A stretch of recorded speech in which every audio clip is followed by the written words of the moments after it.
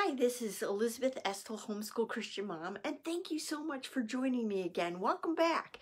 I'm talking today about your schedule. Are you satisfied with how much homeschooling is getting done at your house? Are you satisfied with the amount of work that got done today, this week? Or do you feel like you're making good progress? If you don't, this is a great time of year to reevaluate and figure out what you can do to change your schedule so that it works better for your family. You don't have to be stuck in a system that's not working for you. If the time blocking is not working, if a rotating schedule is not working, you can change that to make it work for your family. So there's so many different ways you can do it. And you can be monitoring it depending on the ages of your children, or you can have your children monitoring it so that they're managing their time better. But you do not have to be stuck in a schedule that does not work for your family. Now, I always say that it's very important to maximize those first 3 hours of the day. Everybody's in the mindset, hey, we're going to do school. This is school. I've got to get school done. And sometimes we miss those opportunities because we don't keep after it. But those first 3 hours are very important.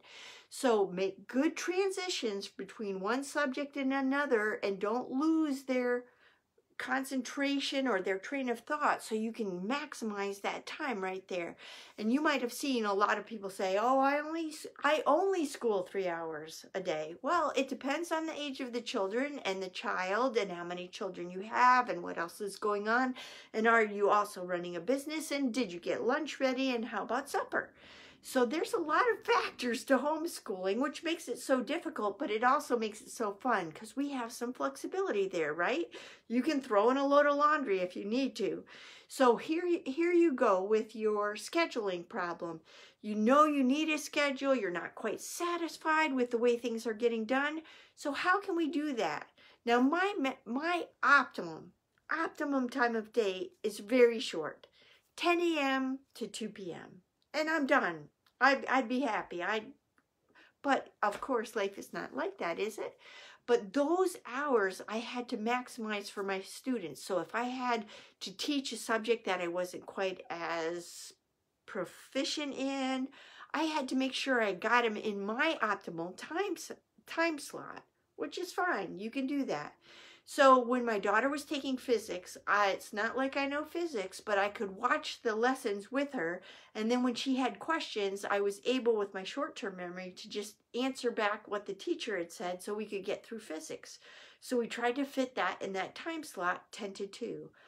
Now, that means you can do some independent work before that. You can do some independent work after that. Research has found that children do better with math in the morning. So that was one of our rules. We have to get math in the morning done. And then creative things are better done in the afternoon. So you have your art, your piano lessons, your music practice, typing skills, some other physical activity in the afternoon.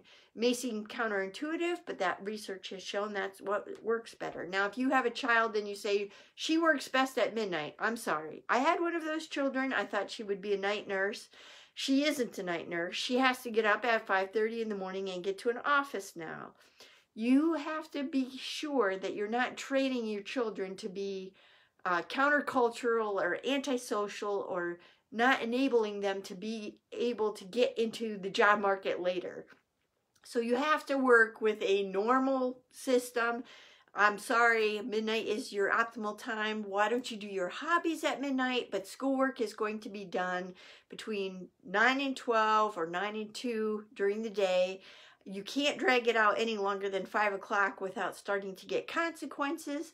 And we're going to get this done. I don't want to see any homeschooling work after 5 o'clock because I'm done. I've got other things I'd like to do, like maybe dinner. Sometimes I'd like to read a book that's not called Homeschooling Made Easy or Ways to Help Your Behaviorally Challenged Children. So there's some ways that you need to work your schedule around your optimum time, about your children's optimum time, to get it done and to be progressing. So if you're very far behind this year, reach out to me in the comments. You can find me on The Elizabeth Estel on Instagram. And don't miss any contact content, be sure to join Homeschool Christian Mom Facebook group, where I have a lot of information there. I have a YouTube channel, Homeschool Christian Mom Elizabeth Estill. Don't miss any content. Let's get you set, and you can message me on any of those places, and I'll chat with you. Let's find a schedule that works for you and your family and get you into happy homeschooling. Thank you for joining me.